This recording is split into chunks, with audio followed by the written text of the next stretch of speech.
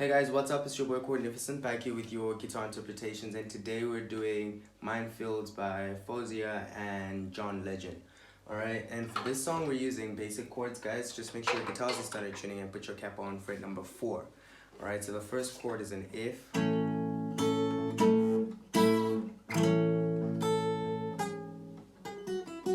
Then we go to C.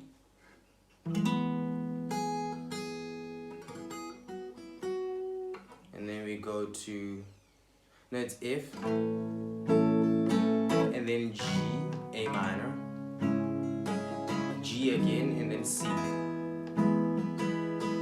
and then G, F, okay?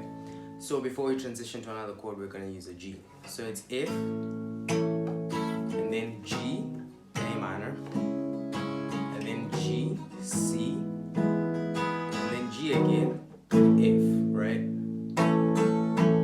These minefields that I go through, to